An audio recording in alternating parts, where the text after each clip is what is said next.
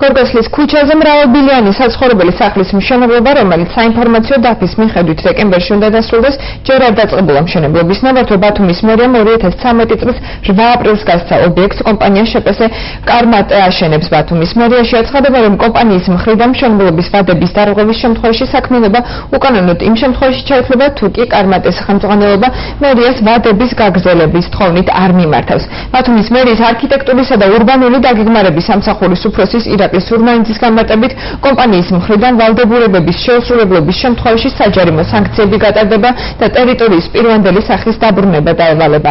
რაც შეეხება კომპანიას, ამ ეტაპზე მათთან დაკავშირება ვერ ხერხდება, საინფორმაციო დაფაზე მითითებული ტელეფონის ნომრები მიუწვდომელია.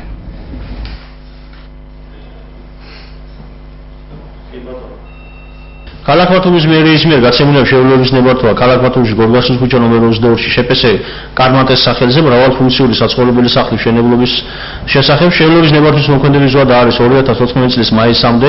Karmate's სამშენებლო სამუშაოები დაწყებული არ აქვს. თუ ის გადაწყვიტავს სამშენებლო სამუშაოების დაწყებას და დათქმულობაში ვერ დაასრულოს, მას უფლება აქვს მომართოს ქალაქ ბათუმის მერიას და უფასოდ მოახდენოს ნებართვის ვადის გაგრძელება. მაგრამ თუ საერთოდ არ დაიწყოს სამშენებლო სამუშაოები, ამ შემთხვევაში ვალდებული იქნება ობიექტი მოაწესრიგოს, კეთილმოაწყოს და არ იყოს იქ განთავსებული სამშენებლო ღობე.